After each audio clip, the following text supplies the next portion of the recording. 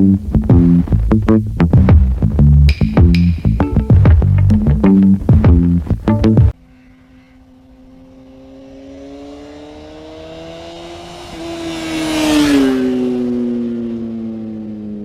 this is Anthony Roberson with rratedcustoms.com, and I am here interviewing Marshal 3498. He's a small motovlogger out of the East Tennessee area. Met him through Cave Troll, and I'm going to ask Marshal 3498 some questions. First of all, when we were riding today, that FJR 1300 came by. Is that your dream bike? It will be my next one. Dream bike, maybe not, but it will definitely be my next one for sure. Awesome. What do you ride right now? I have a 07 Yamaha FC6, which is kind of a standard for those of you who don't know what it is. It's not quite a sport bike, and it's not quite an adventure bike. It's somewhere in the middle. Yamaha actually still makes a different version of mine that's called an FZ1, not the FC10. So not the FC10. They're very comparable in looks if people are looking at new bikes, so that way they know, kind of compare. So I know you've done some bike reviews other than several. Several. And that's one of the reasons why you need to check out his channel, because you get a perspective that's probably a little bit unique, because the roads here in East Tennessee are different than out where I live. Out where I live, it's a little more straight.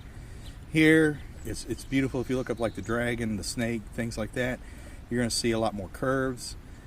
But out of all the bikes you've reviewed, other than the FJR 1300, what do you say is your favorite?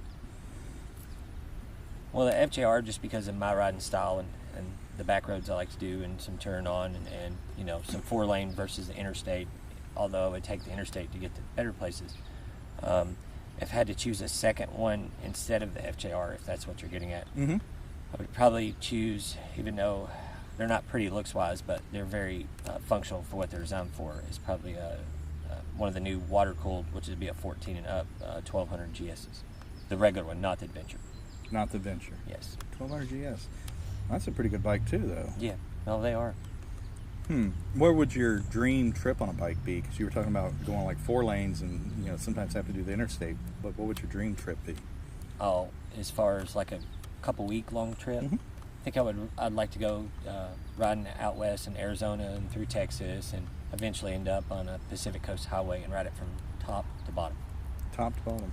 Which that would be, probably about a 3-week trip, I'm sure, since you took something comparable. Yeah, pretty close. So you motovloggers on the West Coast, when he gets ready to do that, maybe they could, hit you up on the channel and maybe do some meetups along the way. Yeah, but that might be a while. That might be a while, so Yeah. it's not going to be an overnight thing. Yeah, that's the thing. Small motovloggers really don't get the exposure the big guys have. But I personally, I like the small channels better, because it's less about the hype and more about a real person at that point. A lot more engaging on the comments, things like that you won't get with a big guy. Tell the audience why they need to check out your channel. My channels are pretty much like some of the smaller channels. My channel is based upon my seat of the pants feel when it comes to bike reviews, some riding gear that I purchased out of my own money that nobody gives me, that I do research on to try to find riding gear that suits my needs. I'll do, regular type of moto vlogs. About 90% of it is motorcycle related. A lot of it is stuff, just like rider advice, things to keep you safe, things to watch out for. It's a number of different topics, but it's all motorcycle related. And my moto vlogging thing, for the most part, except for when it comes to like a longer bike review, is pretty much me straight from the hip.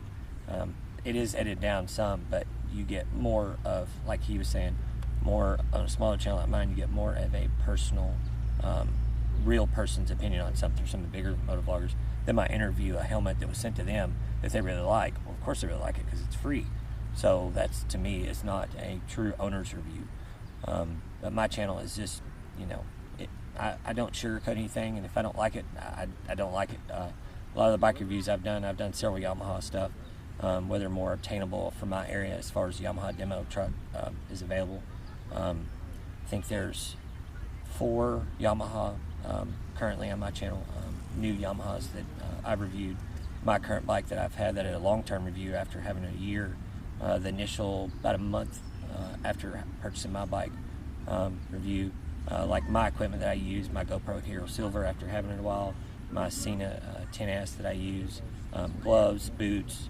It's just all the stuff that motorcycle related that I'm into and that piques my interest. I try to share that with everybody. That way, like you said, you get more of a first person view and a real review. And I will say, when I viewed your FJR review video, you really got into the specs of it more than I did on my review, which I'm very impressed. Somebody that does that kind of research does have a lot of information, and I'm sure like if the viewer had a question that you didn't already address in a video, you would be open to them commenting and getting that question to you. I try to do, especially on some of the first ride stuff, I'll do my research on it so that way I know what I'm up against, because a lot of the reviews I'll do is, especially on motorcycle first rides, is a bike that could be my potential next bike, or a bike down the road, or maybe a second bike if I'm able to do so eventually, or just whatever. That's just like my gear reviews. I do my research on my end, through watching stuff like Revzilla and looking at forums and trying to find something that meets my needs and I'll have for many years to come, and not keep buying gear and searching for that, because I think that's one of the things with motorcycles that makes it so difficult, because there's so much different price ranges of gear and there's so many different manufacturers. It makes it hard to narrow down what works for some people. Awesome. So I'm going to put a link to his channel down in the description below. Drop him a line, check out his content. There's plenty there to look at. And, Marshal 3498 is definitely a small motovlogger that you want to keep on your playlist and subscribe to. So again, thank you for watching. Be sure to like, subscribe, and share. Comment below, and we'll talk to you guys later.